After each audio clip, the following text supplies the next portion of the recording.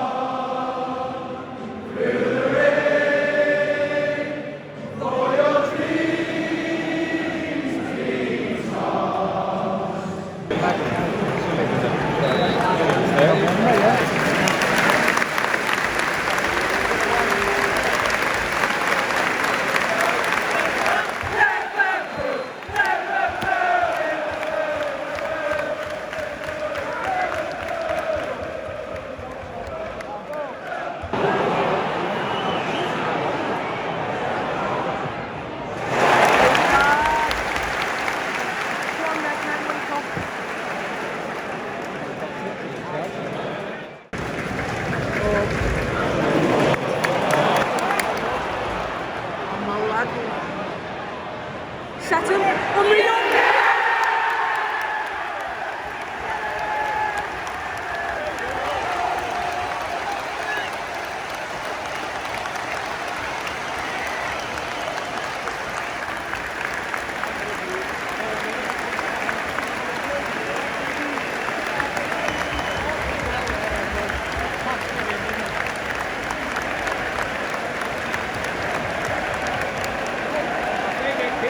Himself for a shot there on Salah, hasn't he? That's a great pass, here we go.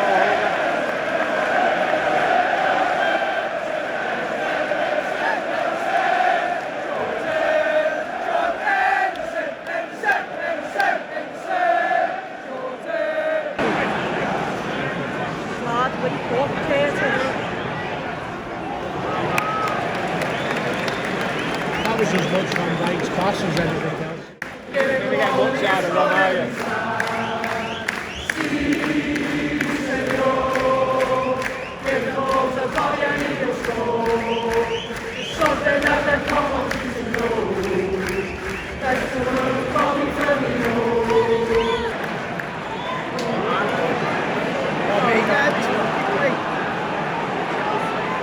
Close him, don't let him shoot. That one in.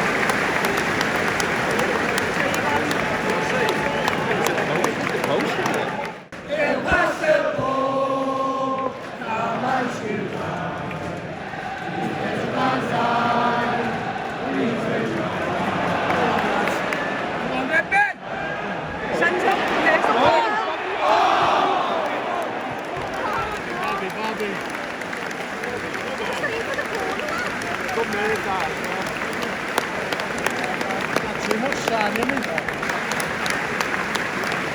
mustn't have been fit in the start. Must have already got him at the hospital. Who's coming on?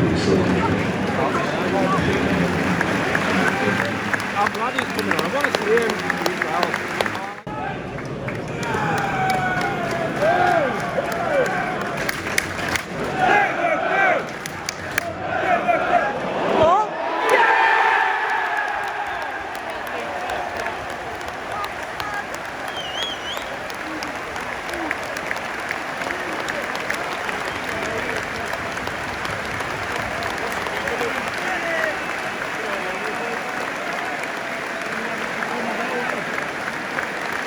That was a great cross,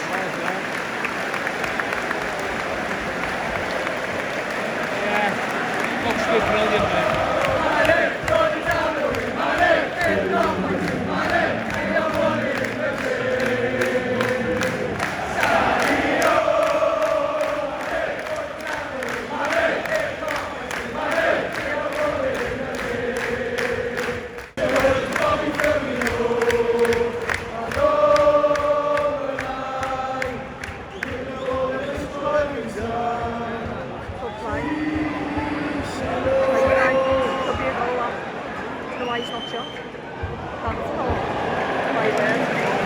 Really well there, that's a good thing.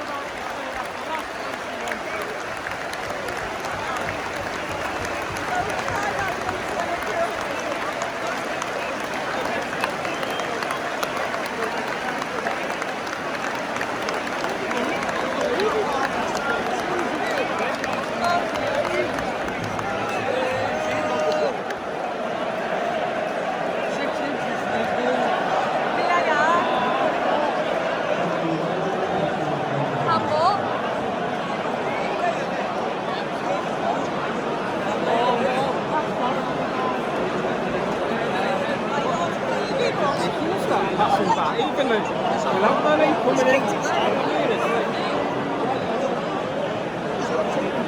Really seems to really put his arm in that situation.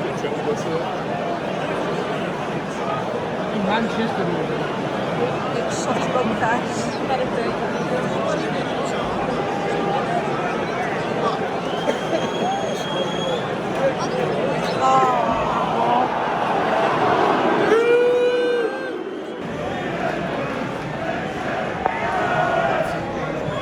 Keeper. Oh.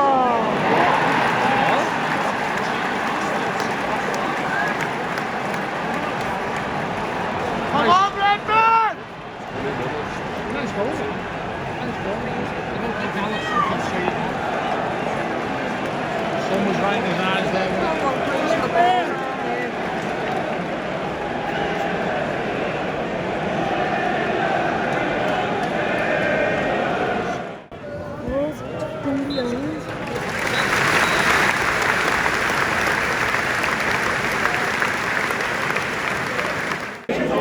It's 2-1 to the Reds and Brighton have just got to go before half time. We could be 3-0.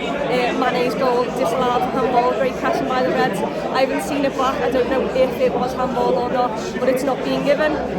We've played brilliant for 45 minutes, we've battered them. We've had a handful of really good chances, to be fair to them, on the counter. But other than that, we've controlled it, we've been professional, we've recycled the ball really well, and it's just unfortunate that we've conceded the goal just before our time. We should close the player down, but at the same time, I feel like it might be a cross that's gone in. But at the end of the day, we played a brilliant 45 minutes, and it is sadly a goal that has maybe turned the game here. But second half, we've just got to come out, keep controlling it, keep on the ball, keep it calm, keep it professional, and try and get that third to pull the game off. And hopefully we do so. So come on, Reds, big heart from you. I'll take a 2-1, but I'd like it to be a bit more safe, please.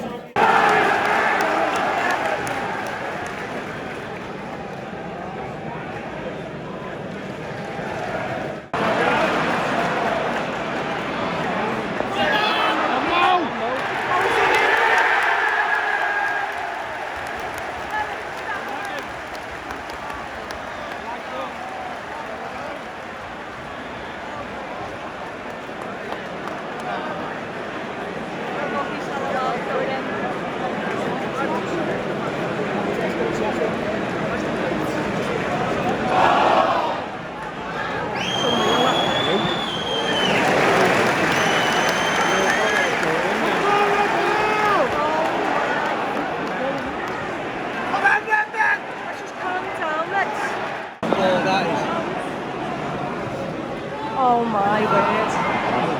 Oh my God. What are you doing? It is so poor. Robert, why are you turning your back there as well?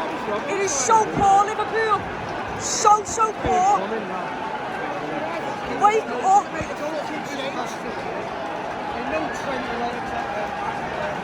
Cut your Brighton.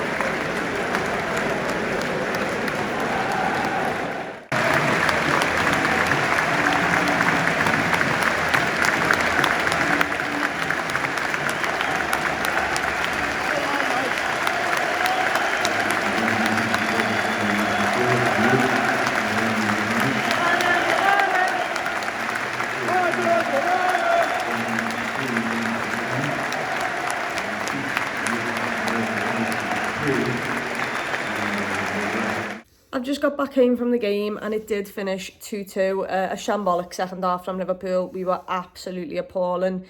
Some of the attitude on that pitch from some of the players, even Jürgen after the game, calls the attitude and the body language of some of the players out, and that doesn't happen often. That is very rare from Jürgen Klopp, and that explains that second half. The fact that he came out and talked about some of the body language from our players in that second half, it says it all. We were second to every ball. We got absolutely cut apart. We got battered. We ended up clinging on for dear life in that second half. From the first half actually being fairly good. I said they did have some good chances, which Brighton did have some good chances in the first half, and you did see, you know, some spells and some warning signs. But no one could have predicted that second half. We literally fell off the gas. There was absolutely no desire. I think Mane in like the 89th minute sprints to close someone down. And that's the first time we're all roaring and saying that should have happened 46 minutes in. It should have happened as soon as that whistle blew for the second half. And it didn't. And fair play to Brighton. Great team, great philosophy. And my word, they played us off the park. They played us off the park in that second half.